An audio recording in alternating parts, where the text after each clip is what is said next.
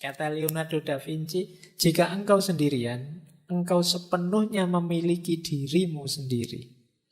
Jika engkau ditemani oleh satu pendamping, engkau hanya memiliki sebagian dari dirimu sendiri, bahkan kurang, sebanding dengan kesembronoan perilakunya.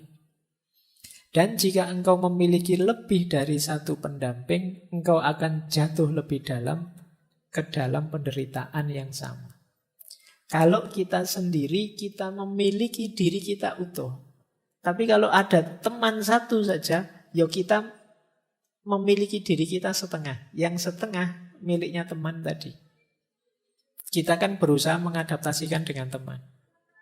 Misalnya teman kita, saya itu tidak senang lihat orang pakai baju merah. Ya, padahal kita ingin pakai baju merah karena bareng teman ini. Akhirnya kita nego tidak pakai baju merah. Kita tinggal setengah.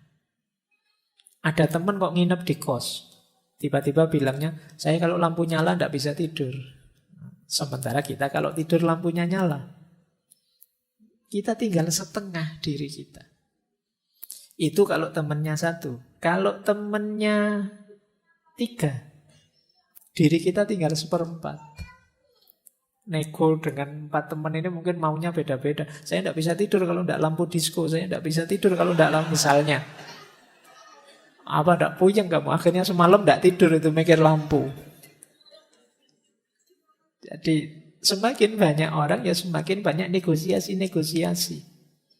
Kalian harus menemukan intersubjektivitas, kesepakatan bersama.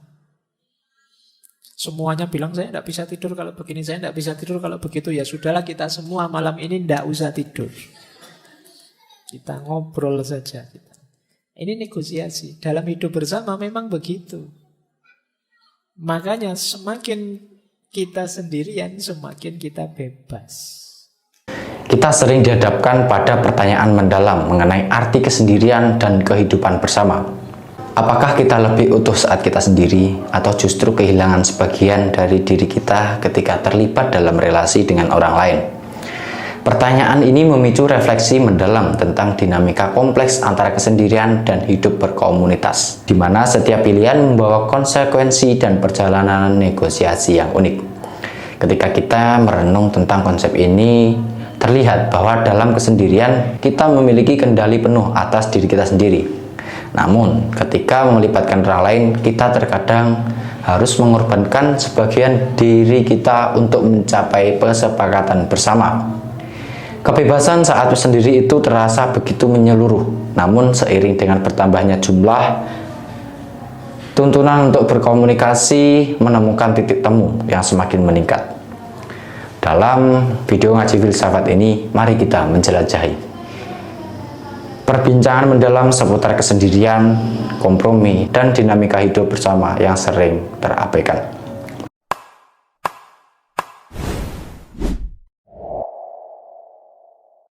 Nah, yuk, tadi kan yang ruwet-ruwet, kesendirian, kesepian, kita lanjutkan ya perjalanan kita ke ranah positifnya kesendirian. From loneliness to solitude. Bagaimana mengubah kesendirian yang tadi kesepian menjadi kesendirian yang bermanfaat, berguna untuk diri kita. Tapi sebelum itu, mari kita lakukan 5 hal ini. Biar kesendirian kita positif. Yang pertama, ayo kita terima dan kita renungi. Jadi acceptance and reflection. Aku kok merasa sendiri, aku ini kok kesendirian, akarnya apa, sebabnya apa? Yang menyebabkan situasi ini apa? Mentalku kah, lingkungan kah, atau apakah? Jadi ada refleksinya. Kalau sudah terus self-development. Self-development itu meningkatkan diri. Oh, selama ini mungkin aku terlalu mengikuti kata hatiku. Tak latihan sebentar untuk bisa melampaui rasa suka dan tidak suka. Ini self-development namanya. Mendidik diri. Nanti ada penjelasannya di belakang. Yang ketiga, action. Apapun yang terjadi, meskipun sedang kesepian, jangan berhenti berkarya, jangan berhenti bertindak, berperilaku, melakukan apa yang kita inginkan.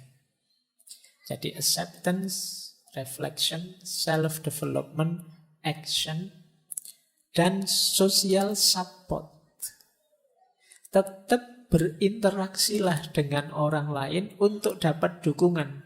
Setidaknya ya dukungan semangat, dukungan supporter yang menegaskan bahwa masih ada kok orang yang peduli dengan kita. Kita masih ada kok teman meskipun tidak terlalu memahami kita misalnya. Itu social support.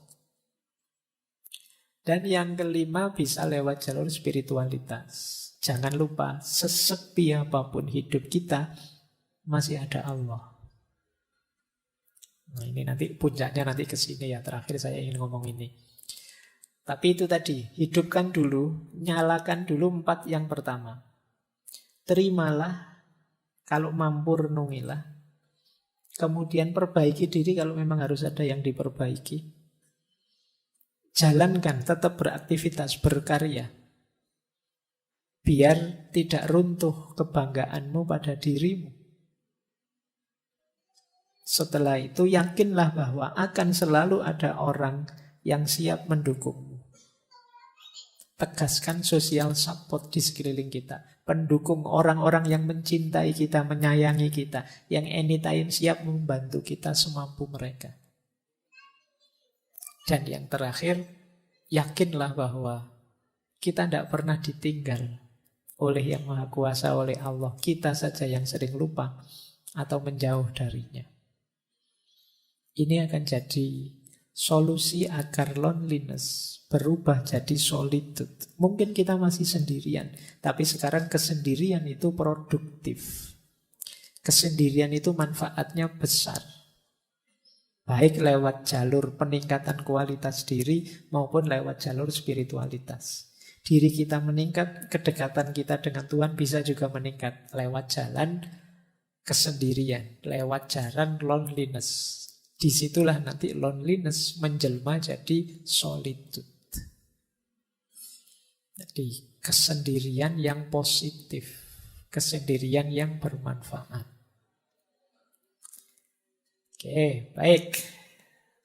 Kita mulai babak kedua. Tadi babak pertama kita membahas tentang kesendirian dan kesepian dan ikhwal, tentang sisi negatifnya kesendirian. Sekarang kita mulai masuk ke sisi positifnya.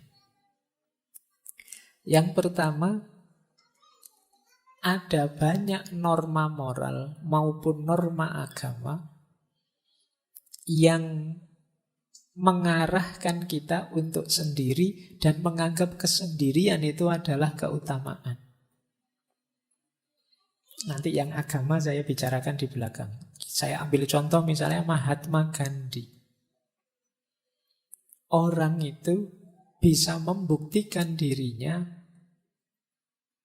khususnya dalam kesendirian. Kata Gandhi, adalah mudah untuk tegak dalam kerumunan, namun memerlukan keberanian untuk tegak sendirian.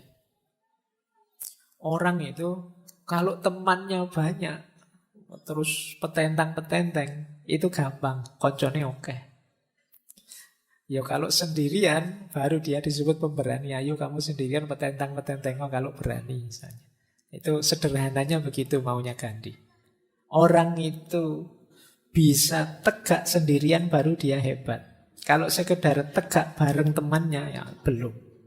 Kalau pas nongkrong bareng temannya banyak, terus ada yang lewat sweet-sweet berani. Tapi ketemu satu-satu gitu biasanya kamu grogi. Jadi orang itu terbukti kehebatannya ketika dia sendirian. Kalau kamu bareng orang banyak, lewat kuburan, santai saja. Mungkin kamu sampai, ayo kalau ada hantu keluarlah. Tapi begitu sendirian, wah, ono angin sidik, wah, melayu si banter. Terbukti keberanianmu saat sendirian. Kebaikan juga begitu. Kalau kamu sendirian masih juga baik, berarti kamu memang orang baik. Tapi kalau kamu baiknya hanya pas ada orang banyak, ya kamu sebenarnya hanya pencitraan. Jadi mudah untuk mengklaim bahwa kamu hebat ketika dalam kerumunan. Untuk membuktikan kamu hebat beneran ya saat sendirian. Jadi ini salah satu quotes untuk menegaskan betapa sendirian itu sebenarnya bermakna pembuktian. Kamu hebat beneran apa enggak? Kamu jago beneran apa enggak? Makanya kata Lause, orang biasa itu membenci kesendirian. Namun seorang master, dia bisa memanfaatkan kesendirian, dia memeluk kesendirian sambil menyadari bahwa dia adalah satu dengan seluruh semesta. Jadi kesendirian bermakna pembuktian diri. Saatnya kalian tampil, ya sendiri. Kalau saatnya kalian tampil kok banyak orang, kamu tidak akan terlihat. Eksis itu dirimu sendiri. Semakin banyak orang yang menopangmu, ya kamu dianggap belum terlalu eksis. Untuk menegaskan bahwa kamu eksis, ya ketika kamu sendiri pun ternyata bisa tegak. Jadi jalan keutamaan lewat aspek sendirian ini membuktikan bahwa kita ini memang benar-benar mampu, benar-benar bisa. Jadi secara positif kesendirian bisa bermakna pembuktian. Lanjut. Secara positif juga kesendirian bisa bermakna kebebasan. Tadi sudah sekilas dijelaskan di Sartre bahwa hadirnya orang lain itu seringkali membelenggu kita. Di sini ditambahi oleh Arthur Schopenhauer yang sering kita kutip, filosof eksistensialis. Kata Arthur, seseorang bisa menjadi dirinya sendiri hanya selama dia sendirian.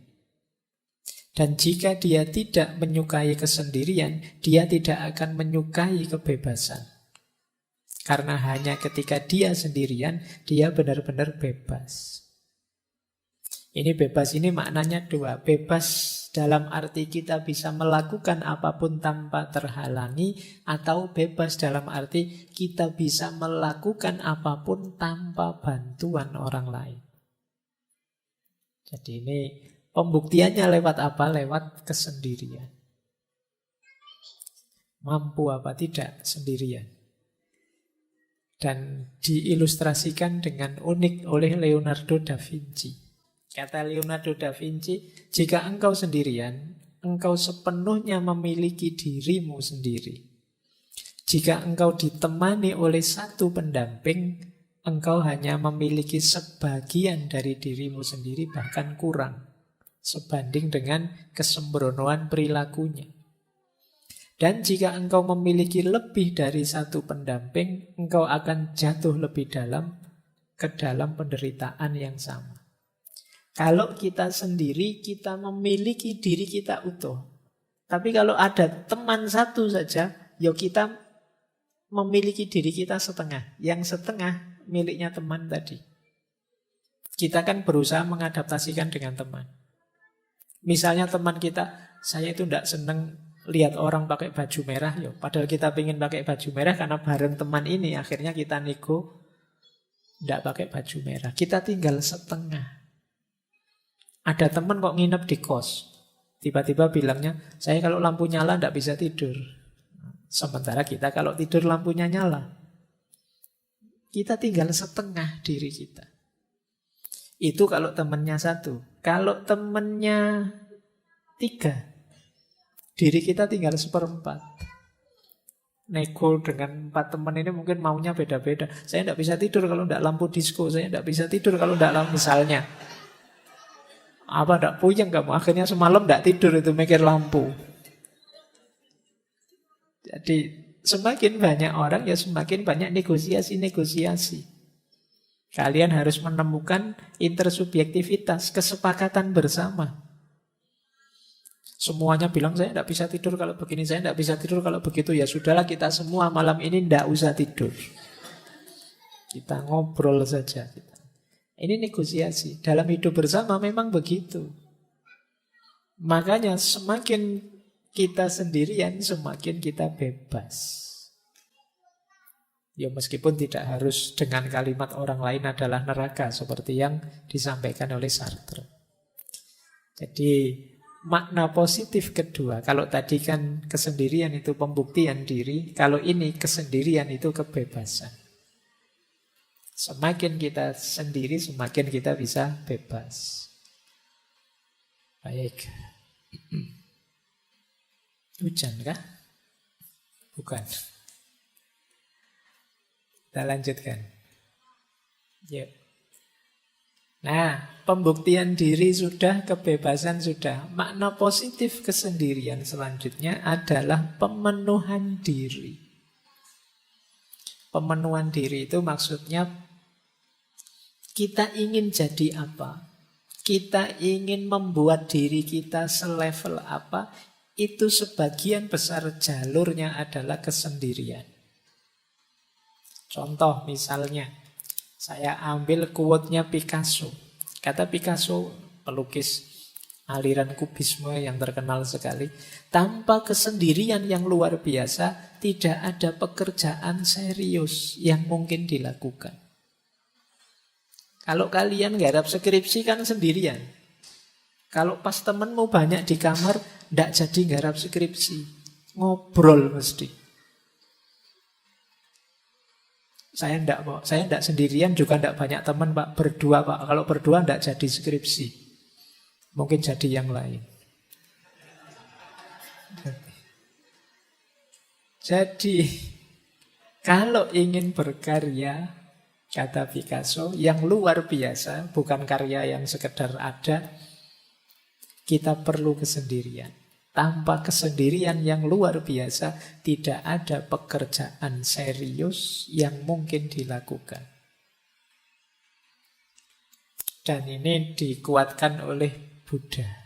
Kalau ini spiritualitas, tidak ada yang menyelamatkan kita kecuali diri kita sendiri. Tidak ada yang bisa, tidak ada yang mungkin bisa. Kita sendiri harus menempuh jalan itu. Ini dalam dunia spiritual juga begitu. Kalau kita tidak berjalan menuju Allah sendiri, sehebat apapun guru kita, sedahsyat apapun torekot kita, aliran kita, tidak terlalu manfaat. Kalau kitanya sendiri tidak jalan. Jadi perjalanan spiritual pun sendirian. Meskipun ada yang ngasih petunjuk, ada yang nuntun, ada yang menemani, tapi masing-masing berjalan di jalannya sendiri-sendiri. Tidak bisa diwakilkan. Tidak bisa kok, saya sudah berguru pada ustadz ini atau ulama ini, kan sudah Pak, ulama saya hebat sekali Pak, selesai sudah. Ya enggak. Kalian harus berjalan sendiri di jalan yang ditunjukkan oleh beliau. Tidak bisa diwakilkan. Jadi perjalanan spiritual pun ternyata juga perjalanan yang sendiri.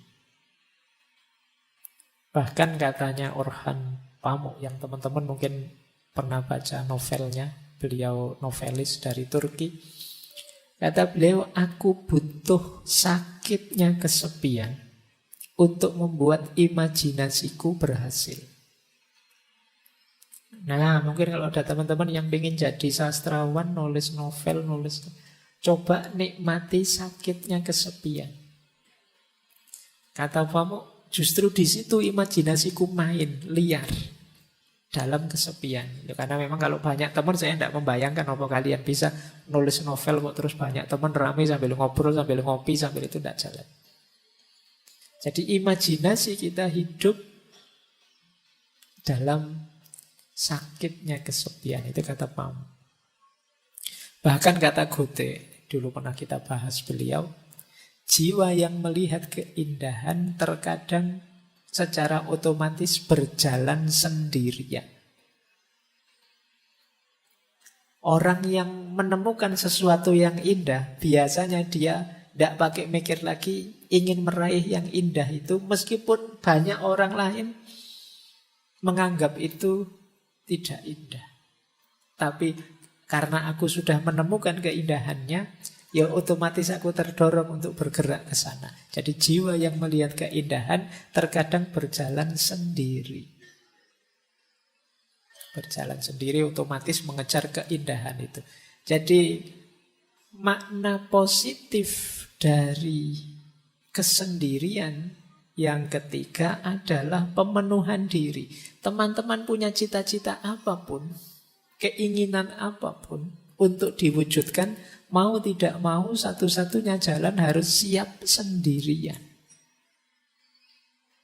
Siap mengambil momen untuk sendiri mewujudkan keinginan itu. Makanya makna ketiga pemenuhan diri. Jadi dalam kesendirian kita mewujudkan apa yang kita inginkan. Hanya dalam sakitnya kesepian imajinasi kita hidup. Tanpa kesendirian tidak ada pekerjaan serius bisa kita lakukan. Tanpa berjalan sendiri, sehebat apapun konsep, sehebat apapun teori, tidak akan ada gunanya. Jadi disinilah pentingnya kita sendiri. Para ulama zaman dulu itu bahkan banyak yang sampai akhir hayatnya tidak menikah. Meskipun jangan dipakai alasan teman-teman. Kalau beliau-beliau itu karena ilmu, saking cintanya sama ilmu, ingin meraih banyak hal di dunia ilmu dan menempuh jalan sendirian. Kalau teman-teman mungkin beda ceritanya. Tapi ini beberapa ulama begitu. Mereka memenuhi keinginannya dengan suluknya apa sendirian. Mengambil jalan kesendirian. Nah, oke. Babak kedua selesai. Sekarang babak ketiga. Yang kedua tadi nilai-nilai positif dari kesendirian. Sekarang from solitude to spiritual awareness. Dari kesendirian yang positif tadi, sekarang kita bawa naik menuju Tuhan. Menuju kesadaran spiritual. Sejauh mana kesendirian kita bermakna spiritual. Nanti kita akhiri dengan beberapa wawasan dari Imam Ghazali. Saya ambil misalnya dari Thomas Merton. Kata Merton, orang yang takut sendirian pasti akan kesepian. Tidak peduli berapa banyak orang di sekelilingnya. Namun orang yang belajar dalam kesendiriannya, berdamai dengan kesepiannya, dan lebih memilih kenyataan daripada ilusi persahabatan, akan menyadari kehadiran Tuhan yang tak terlihat. Jadi kalimat dari Merton ini bisa kita urai satu-satu. Yang pertama, orang yang takut sendirian pasti akan kesepian. Tidak peduli berapapun banyaknya orang di sekelilingnya. Tadi kan ada orang yang memang senang sendirian, ada yang tidak suka sendirian. Tentu saja yang tidak suka sendirian, ketika mengalami sendirian, dia akan merasa kesepian. Kuncinya bukan pada banyak temannya atau sedikit temannya. Pemaknaan dia terhadap sendirian itu.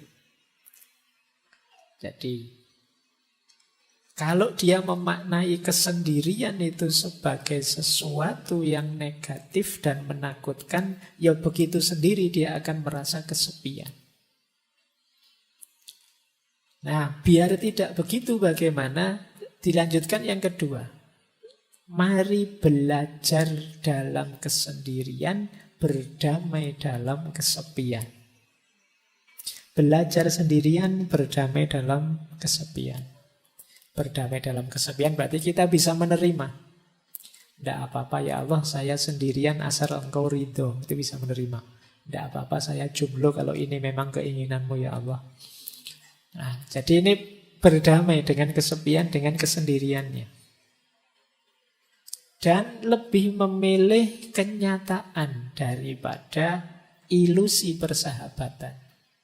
Kenapa persahabatan di sini disebut ilusi? Ini seperti yang disampaikan di awal tadi, tidak mungkin ada persahabatan yang sama sekali tidak mengandung perpisahan, tidak mengandung kesendirian. Perpisahan itu kan kesendirian. Maka antara yang ilusi dan yang hakiki, pilihlah yang hakiki. Tadi ternyata yang hakiki ya kesendirian.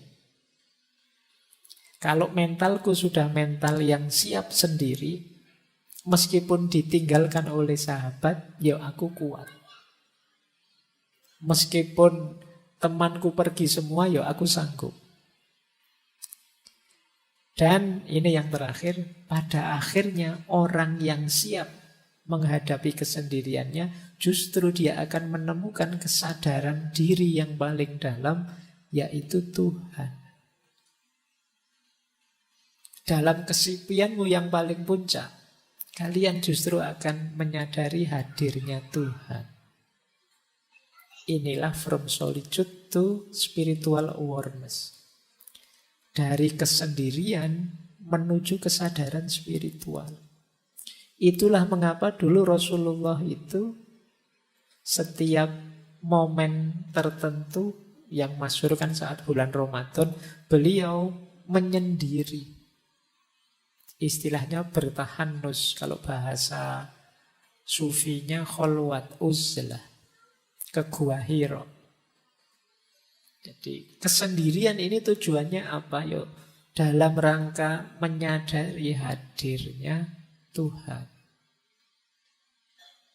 Jadi tadi ada sisi negatifnya kesendirian, namanya kesepian. Tapi juga ada sisi positifnya. Dan sekarang sisi yang positif itu kita bawa berjalan ke ranah spiritual. Kita lanjutkan, belajar lagi. Kata Osho lagi tadi, Osho sudah kita kutip ya. Perjalanan ke dalam diri adalah perjalanan menuju kesendirian yang absolut. Engkau tidak dapat mengajak orang lain ke sana bersamamu. Ini sama dengan Hermann Hesse yang menulis novel tentang Buddha. Kita harus menjadi sendiri, sangat sendiri. Lalu kita menarik diri ke dalam diri yang terdalam. Mungkin rasanya sangat sepi. Ini memang jalan penderitaan yang pahit. Tetapi kemudian kesendirian kita akan teratasi. Kita tidak lagi merasa kesepian. Karena kita menemukan bahwa dalam diri kita yang terdalam ada jiwa. Yaitu yang ilahiyah yang tak terpisahkan. Lalu kita menemukan diri kita berada di tengah-tengah dunia, namun tidak terganggu oleh keserbaragamannya. Karena jiwa kita yang paling dalam itu membuat kita tahu bahwa diri kita adalah menjadi satu dengan semua makhluk. Jadi kesadaran spiritual itu nanti bertahap. Yang pertama kesadaran bahwa hakikatnya kita sendiri. Karena hakikatnya kita sendiri terus kita masuk ke dalam diri. Saat kita masuk ke dalam diri, di situ kita ketemu inti diri kita yang sifatnya ilahiyah, yang disebut ruh. Kesadaran rohaniyah ini, kalau memang sudah kita pahami, pada akhirnya kita akan kembali lagi ke dunia, tapi sudah tidak tergoda lagi. Dengan kesadaran bahwa semua makhluk hakikatnya satu, yaitu ciptaannya Allah, citranya Allah, citranya Tuhan.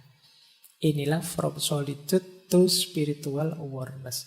Jadi diawali dari sendiri, sendiri yang tidak kesepian, dilanjutkan dengan perjalanan ke dalam diri, dipuncai dengan kesadaran ilahiyah, diterapkan dalam hidup sehari-hari, yang tidak merasa ada bedanya semua makhluk dan tidak tergoda oleh warna-warni duniawi. Inilah from solitude yaitu spiritual awareness. Konkretnya apa? Kalau dalam dunia tasawuf, uzlah. Ada 3 istilah dalam dunia tasawuf yang dekat dengan uzlah. Ya, yang pertama uzlah itu sendiri, yang kedua zuhud, yang ketiga kholwat. Zuhud itu kondisi jiwa yang tidak tergoda oleh hal-hal duniawi. Kalau uzlah itu menjauhkan diri dari keramaian, kalau kholwat itu memisahkan diri dari keramaian berdua dengan yang dicintai, yaitu Allah. Jadi uzlah itu menjauhnya, kholwat itu berduaannya. Kemudian dari sini bisa melahirkan jiwa yang zuhud, jiwa yang tidak tergoda oleh hal-hal duniawi. Jadi ternyata kesendirian tadi bisa jadi, kalau bahasa tasawufnya, salah satu mode suluk perjalanan kita untuk menuju Allah. Jadi yang tadi berawal dari kondisi jiwa, psikologi kita, ternyata bisa kita manfaatkan untuk perjalanan ilahiyah. Kesendirian kita ternyata bisa bermakna spiritual. Kita lihat-lihat. Ini ayatnya. Jadi mana sih ayat yang menyarankan kita memperhatikan diri kita sendiri? Jangan terlalu sibuk dengan orang lain. Ada di surat Al-Maidah ayat 105. Wahai orang-orang yang beriman, ya ayyuhalladzina amanu alaikum anfusakum. Alaikum anfusakum itu ya atas diri kalian, jiwa-jiwa kalian diri. Maksudnya apa? Perhatikanlah diri kalian sendiri. La yadurrukum man dhalla idza tadaitum. Tidak mungkin bisa membahayakanmu, mencelakakanmu orang-orang yang sesat kalau kalian sudah mendapat petunjuk. Berarti apa? Tadi jiwa kita ini ayo kita bawa untuk memperoleh hidayah, memperoleh petunjuknya Tuhan. Kalau sudah sampai level itu, tidak akan yang ada yang bisa menggoda kita, membahayakan kita. Jangan lupa, ilallahi marji'ukum jami'an. Kepada Allah lah kalian semua akan kembali. Fayunabbi'ukum bima kuntum ta'malun. Yang saat kembali nanti akan diberitahu kalian apa saja yang sudah kalian kerjakan. Jadi ayat ini menegaskan keutamaan ayo memperhatikan diri kita sendiri dulu. Sendirian dulu. Sampai kita kuat. Sehingga tidak ada yang bisa menggoda kita, membahayakan kita. Karena kita sudah mendapat petunjuk ilahiyah. Ini biasanya dipakai dalil uzlah. Boleh dicek nanti di Ihya-nya Imam Ghazali.